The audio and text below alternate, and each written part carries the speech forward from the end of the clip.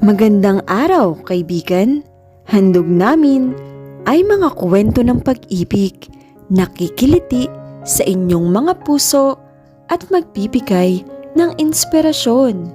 Pero kung bago ka pa lamang sa aming channel, ay pakilike po ng ating video at pakiclick ng subscribe button, gayon din ang bell icon para lagi kang updated sa mga paparating pana-upload.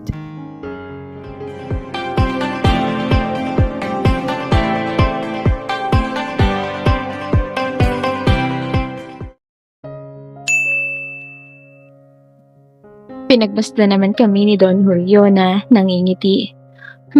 Masarap nga, thank you, Ann. Hindi na muling kumibo si Sir Benedict. Pinagpatuloy na lang nito ang pagkain niya.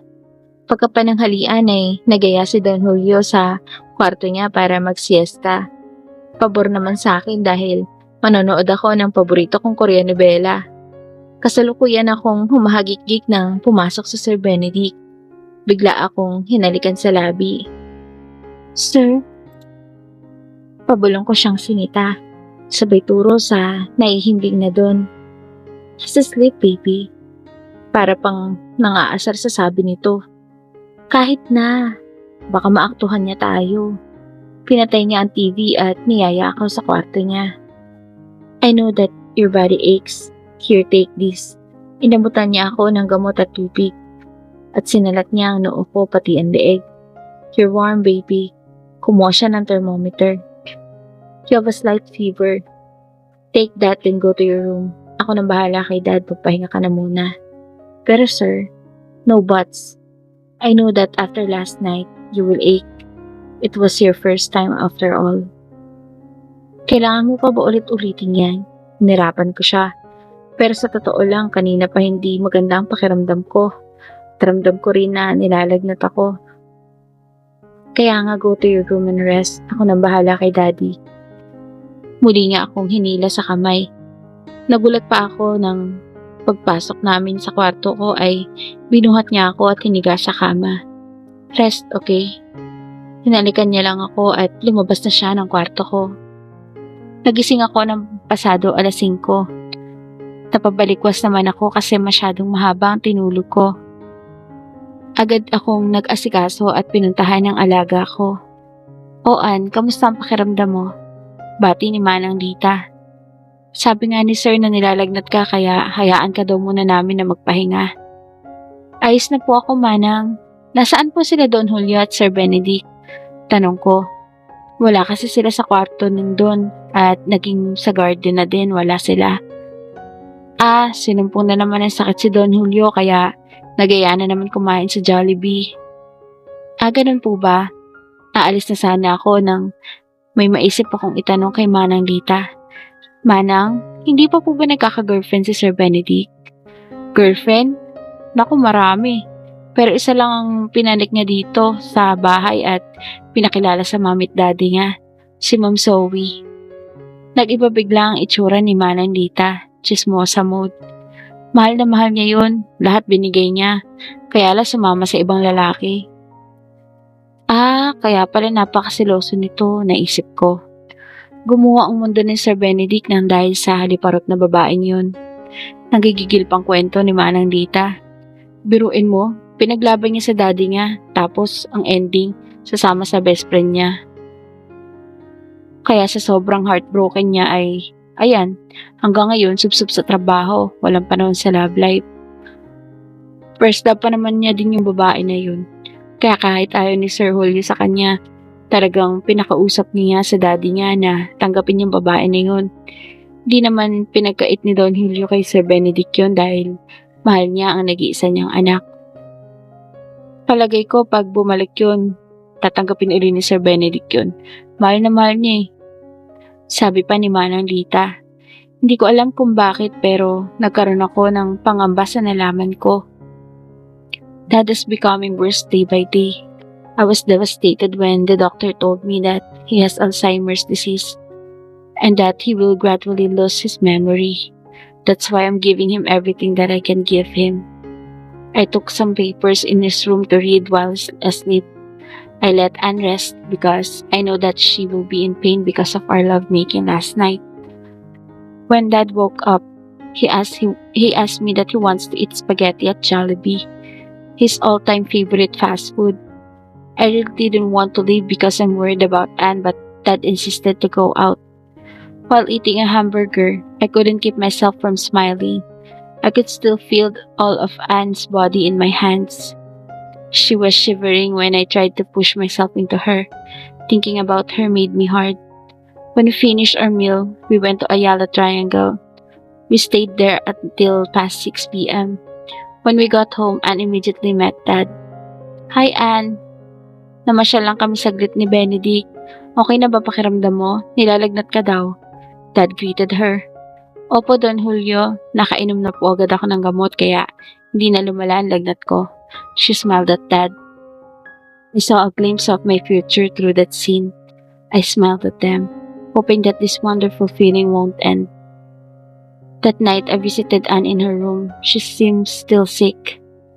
How are you feeling, baby? Mas okay na ako. Ikaw, kamusta ka? She asked. I'm fine, baby. It's a shame that while looking at her, all I'm thinking of is making love with her. I must be crazy. I squeezed her hand, trying to erase the erotic thought in my mind. Pull yourself together, Benedict, I thought.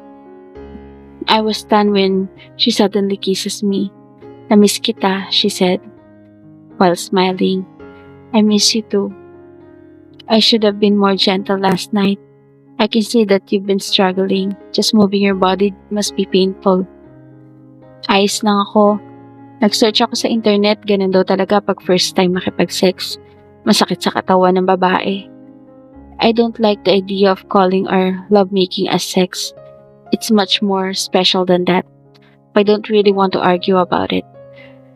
She cupped her hand on my face. Ang gwapo mo talaga, she said. Are you trying to seduce me? I asked her teasingly. Because of you or it's working. I'm getting hard but not gonna do it. You're sick for damn sake. I really feel so frustrated. She raised an eyebrow. Grabe ka naman sa iniisip mo. Hindi ba pwedeng gwapo lang talaga? She turned her back at me. Halika nga dito. I pulled her to sit on my lap. I was just kidding. I kissed her on her lips. She put her arms around my neck and responded to my kiss. It's an amorous kiss. And I'm getting aroused. I broke from our kiss. You're being a bad girl, baby, I said, but I kissed her again. An intense kiss. When I lifted her shirt, she stopped, then went to bed. Boo, antok na ako. Pakilak na lang yung pinto paglabas mo. She smiled sheepishly. What? She giggled under her blanket. She was teasing me. I went to the door, locked it, then turned off the lights. Then I jumped on her bed. She squealed. When we ended up making love that night, we just couldn't help but love each other more. The following Monday, I got pretty immersed at work. I didn't even have time for lunch and check on Anne and Dad, or even read the messages from her. Conry, I think I need to visit our plant in Cebu. They seem to slack off. They're having issue with their delivery and now production. What are they doing in there? I was disappointed with the report I read. I asked Conry to book an immediate flight to Cebu. I called Manang Lita to ask her to prepare my stuff and have them bring to Manang Fidel at the office. I don't have time to go home. My schedule is packed. I feel overwhelmed with all this trouble with the company. I had a chance to call Anne before the plane take off. Baby, I'm sorry it was very urgent. I'm on my way to Cebu. I didn't have time to call earlier. Have you eaten? I asked. Nag-aalala nga ako sa'yo. Oo, kumain na kami ng daddy mo. Nag-dinner ka na ba? Nakakakain ka ba ng lunch kanina? Yeah, I had a quick lunch at the office. I lied. Don't worry about me. I'll call you when I'm in Cebu. I miss you already. Miss na din kita. Wag mo kami isipin dito. Naalagaan ko si daddy mo habang nasa Cebu ka. She sighed. Mag-iingat ka ha. I love you. I will, baby. I love you more, Anne. Everything was in full throttle in Cebu. I don't want a bigger problem, so I became hands-on with everything, including giving all the instructions to the workers. I can't afford to have delays with our export goods. Everything went well, so I decided to have a flight back on Thursday evening. I want to be with Anne, knowing that she'll be go home on Friday. I was buying something for Dad and Anne when I came across a familiar face. Benny? It was her. It's been a long time, Zoe. I gave her a weak smile. I'm really not excited to see her after our last encounter. She suddenly embraced me. I miss you so much, Benny. I was too stunned to move or even react. But when she tried to kiss me, I avoided her and removed her clinging arms. What are you doing? I asked her coldly. Come on. Galit ka pa ba sa akin? Don't you miss me and my... She tried to touch my chest but I blocked her hand. Well, no. I already moved on, Zoe. But making friends with you will never gonna happen. That's it, and I left her. I went to the hotel bar that night. I was so mad. All the pain I kept hidden for years came back. I just can't explain how I'm feeling. I thought I'm done with her, but I just couldn't help but feel the pain again. I was so drunk that I didn't know how I got back to my hotel suite. My head was in pain and pounding like crazy. I must have drunk the whole bottle of whiskey last night. I saw Zoe, naked body beside me. She was laying on her stomach and don't seem to mind that she's completely naked. Shit, I touched my head. What happened last night? I scrambled out of bed and hurried to take a shower. I was cursing with gritted teeth. How could I be so fucking stupid? I was stunned when someone hugged me from my back. She joined me in my shower. I quickly grabbed her hands. Don't. I hissed, fucking don't. I threw her out of the shower. I saw her face full of embarrassment, but she stood up and went inside the shower room. What exactly do you want, Zoe? I asked. I turned off the shower. I quickly got off and from my suitcase and clean clothes. I want you, Benny. She followed me around the room, not minding that she is all naked. I smirked. You want me? What happened to your beloved Gideon? I asked with sarcasm. We broke up. He cheated on me, she said. Wow, that's some news. Look, I'm not interested to be with you again, so please, put on your clothes and get the hell out of my room. She obviously baffled with me. Is it because of some random girl? She said, trying to compose herself. Who was it? Anna? What? I beamed at her name. You were calling out her name last night habang nakapatong ka sa akin.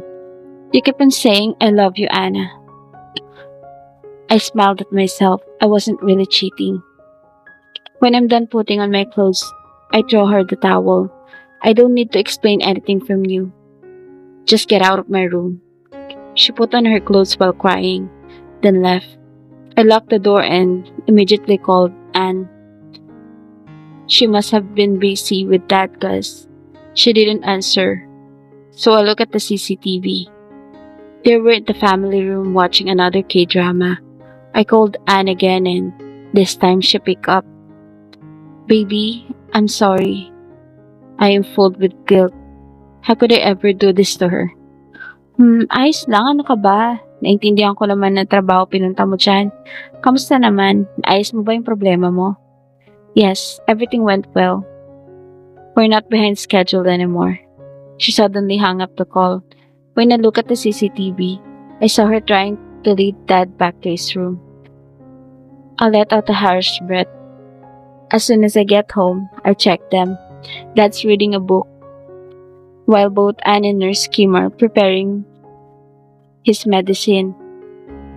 Hi, Dad, I'm home. Anne suddenly looked at me. I saw the excitement in her eyes. Iyo, I'm glad you're home. I kissed Dad on the cheek. Anne, can I see you at the office, please? Yes, sir. She looked at Nurse Kim and told him that she'll leave then. I went to my office while she followed me. That moment, I closed the door behind her. I hug her and kiss her neck. Anong ginagawa mo? She asked while trying to remove my arms. I miss you. I miss you too, pero baka makahalata tayo ng daddy mo o ni Nurse Kim. I don't care. I embraced her again and kissed her tenderly on the lips. I badly miss her. Which she responded, bakit parang stress ka pa din? Akala ko ba naayos mo ng problema sa planta niyo sa Cebu? Yeah, everything is good. I must been really tired. She held my face. O sige, magpahinga ka na muna. I wanna be with you tonight, I asked. Ha?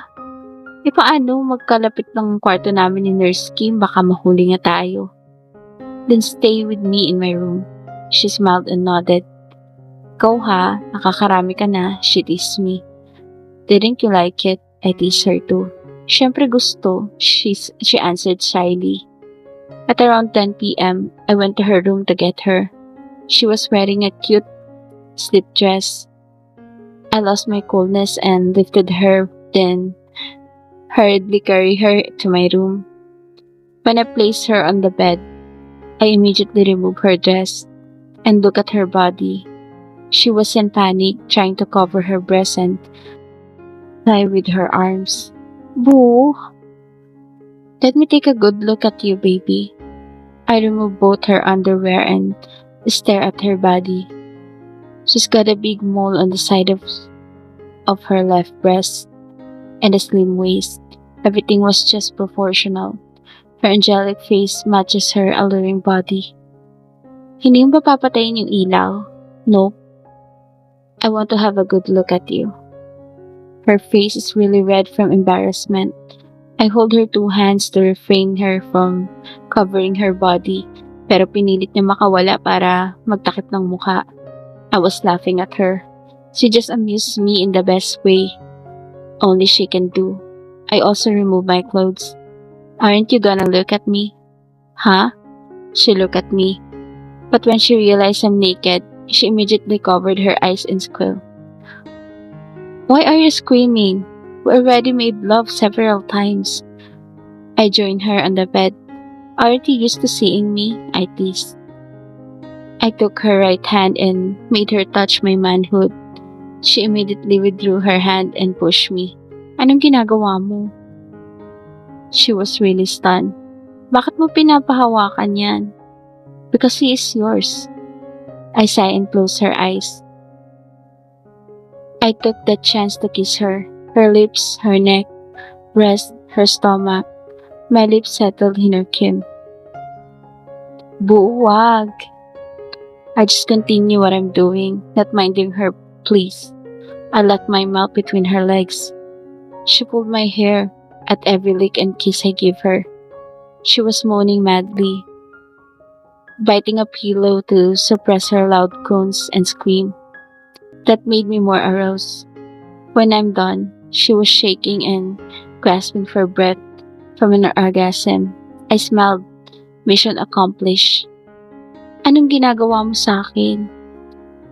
Making you experience all the joy of making love. I teased her while sucking on her earlobe. Come here. We rolled on the bed, placing her on top of me. Huh? I got tired. I playfully teased her, but she got what I meant. She kissed me deeply. She groaned when I showed my erection inside her. We both felt dizzy over the sensation of being one. I guided her of what she needs to do. I cupped her breast and let her move freely on top of me. She was just so sexy doing it. Her face is covered with sweat and hair, but she's still the most seductive woman I ever saw. Every thrust and kiss made me excited, overwhelmed with my desire for her. I met her every thrust. She seemed to have another orgasm. Her hand squeezed my shoulder. It hurts but turned me on. Ben, she let out a whimper. I was about to come to, so I forcefully thrust inside her, then exploded inside her. I groaned. She came to and bit me hard on my chest. What have you done, baby? Tasing her, showing the red mark. Sorry. She kissed the part where she beat me. She hugged me before passing out. She was too tired to even cover herself with a blanket. I smiled at her and kissed her while covering her with my blanket. I pulled her for a hug, then went to sleep. Nagising ako ng bandang 3:00 ng madaling araw. Himbing na himbing si Sir Benedict habang nakayakap sa akin. Kaya maingat kong tinanggal ang kamay niya. Pati na ang hita niya na nakapatong sa hita ko. Maingat din akong bumaba ng kama para hindi siya magising. Inagilap ko ang mga damit ko. Pero ang panty ko ay naunanan niya. Hindi ko na kinuha dahil ayokong magising siya. Umalik lang ako sa labi niya saka ako lumabas ng kwarto niya at nagpunta sa sarili kong kwarto. Napakalakas ng kabog ng dibdib ko. Takot na takot akong mahuli. Nagsuot lang ako ng bagong panty saka ako nahiga sa kama. Inalala ko yung nangyari kagabi. Nakakahiya. Pawisan ako habang nakahubad. Wala na akong poise habang gumagalaw ako sa ibabaw niya. Nakagat ko pa ang mariin ng dibdib niya dahil muntik na akong mapasigaw sa sarap. Wala din akong pakailam kung ano pang itsura ko basta natulog na ako. Kinaumagahan, napansin ko din na may marka ako sa kanang dibdib ko. Bakit meron ako nito? Dinama ko pero hindi ko naman ininda kasi hindi naman masakit. Nang titignan ko mabuti sa salamin na alala kong doon ko din banda nakagat kagabi si Sir Benedict. At kismart tong niligay niya sa akin. Ganti ba niya to sa akin? Hindi ko na lang pinansin dahil matatakpan naman ang suot kong scrub. Paglabas ko ay saging labas ng ni Nurse Kim sa kwarto niya. Good morning, Ann. Bati nito. Good morning, Kim. Nagkatawanan kami sa mga bati namin. Para kasi kaming mga secret agent ng palabas ng Men in Black. Pagpasok namin sa kwarto ni Don Julio ay agad namin hinanda ang lahat ng kailangan nito. Pagtapos kasi nitong mag-almusal ay pinaliguan na siya ni Nurse Kim, habang ako naman ay abala sa paglilinis ng kwarto niya at higaan. Pasado 7:00 nang bumaba kami ng garden para mag-almusal. Bihira kumain ng matandang doon sa dining area dahil mainit daw. Nakaalis na ba si Benedict? Tanong nito. Hindi pa po yata, Sir Julio. Nasa garahe pa ang kotse niya. Sagot ni Nurse Kim. Tumango lang ang matanda. Madalas na siya tanghaliin sa pagpasok niya sa school niya. Baka bumagsak siya sa subjects niya na paglaging ganyan ang pagpasok niya. Nagkatinginan kami ni Nurse Kim. Sinumpong na naman ang sakit niya ang matandang doon. Nitong mga nakaraang linggo, mas napapadala siyang sumpungin. Minsan ay tinatawag niya ang asawa niya o nagsasalita ng ilang bagay tungkol dito o sa kumpanya nila. Tahimik na lang naming inasikaso ang matanda. Hindi namin ito kinokontra at itinatama sa mga sinasabi nito. Bawal kasi ma-stress. Bandang 9:00 nang lumabas ng kwarto si Sir Benedict. Sinilip niya muna kami sa kwarto ng daddy niya. How is he? Tanong niya. Sir, sinumpong po siya ng kalimot kanina. Pinapagising ka para pumasok sa school, sagot ni Nurse Kim. Malungkot nang umiti si Sir Benedict, saka ito lumapit sa ama. Kakainom lang nito ng gamot kaya nakatulog ito uli. Naupo si Sir Benedict sa kama nito saka humawak sa kamay. Dama ko ang lungkot ni Sir Benedict. Nahabag ako para sa kanya. Iwanan ko muna kayo Naubos na pala yung vitamin si Sir Julio Bibili din ako ng gamot niya sa puso, baka maubusan din. Pabulong na paalam ni Nurse Kim sa akin. Sige Kay, ako muna bahala dito. Mahina ako ding sagot sa kanya. Nang makalabas ng kwarto si Nurse Kim ay tinignan ako ni Sir Benedict nang nakataas ang isang kilay. A&K? Tumango-tango ito. Term of endearments niyo ba yan? Inirapan ko lang siya. Alam kong nagsiselos na naman ito. Iba na naman iniisip mo. Lalapit sana ito sa akin pero biglang bumukas uli ang pinto. Kaya nagkunwari itong papunta sa kabilang gilid ng kama para tignan ang mga libro ng ama. Lumapit sa akin si Nurse Kim. Wala ka bang ipapabili? Bulong nito sa akin. Malapit ang mukha nito sa akin kaya nakita ko ang masamang sulyap ni Sir Benedict. Wala naman, pauwi na din naman ako mamaya eh. Ngiti ko kay Nurse Kim. Sige, nagpaalam siya kay Sir Benedict pero tumango lang ito. It seems that Kay likes you. Pang-aasar nito sa akin. Ganun lang talaga kasi. Magkasama kami sa trabaho pero hindi naman ibig sabihin may gusto siya sa akin. Sagot ko. Lumapit siya sa akin at bumulong. Sa bagay, if you knew how hard you bite when you org, bigla akong tinakpan ng bibig niya. Baka marig tayo ng daddy mo, nakakahiya. Ramdam kong pulang-pula na naman ang mukha ko. Nagahalo kasi ang hiya at inis sa kaharap ko. Bumalik ka na nga sa kwarto mo. Wala sa loob na utos ko. Napasinghal siya sa sinabi ko. You really amaze me, Tuloy pa rin ito sa pang-aasar. Lumayo ako sa kanya na makita kong kumilos si Don Julio. Napayuko na lang ako. Gusto kong maiyak sa inis dahil napapahiya na ako sa ginagawa niya.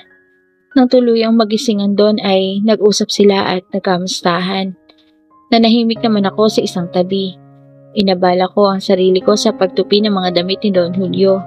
Hindi na ako muling tumingin pa kay Sir Benedict. Kahit na nakikita ko sa gilid ng mata ko na panay ang sulyap niya sa akin. Kinahapunan, nagpaalam na ako kay Don Julio at Nurse Kim na uuwi. Hindi ako nagpaalam kay Sir Benedict dahil hindi na ito lumabas ng kwarto pagkatapos naming sabay-sabay naman ang halian. Isa pa, naiinis pa ako sa ginawa niya kanina. Para sa akin, maselang paksa ang mga ginagawa namin bilang mag-boyfriend. Kaya dapat hindi ginagawang biro iyon. Pag uwi ko, agad akong nahiga sa kama at natulog. Bumawi ako sa puyat ko kagabi. Hindi ko na malayan ang ring ng cellphone ko. Is she really mad? I thought she left without saying anything to me. And now she's not answering my call. I already called her 3 times. No answer. And when I called her, it seems she turned off her phone. Damn it. I cursed. I kept thinking about what I did earlier. I shouldn't have teased her about our private matter. She must have been really offended with my remarks. Since that remark, she avoided me, even in my gaze. I tried to divert my focus with my work, but I just couldn't concentrate. What is she doing to me? Her effect on me is just enormous. I tried to call her again, but her phone's still off. Out of fucking reach. Earlier when I went to Dad's room, I was hoping to see her. I wanted to take her home. So I planned to tell Dad that I was going out. Idadaan ko na lang si Ann sa kanila. Kaalis lang po ni Ann, sir. Hinatid na ni Manong Fidel. Nurse Kim explained. I just nod. I'm not used to her cold treatment. Halina't sabay-sabay nating tunghayan ang mga kaganapan sa susunod na kabanata. Maraming salamat po sa inyong pakikinig. God bless po and keep safe everyone.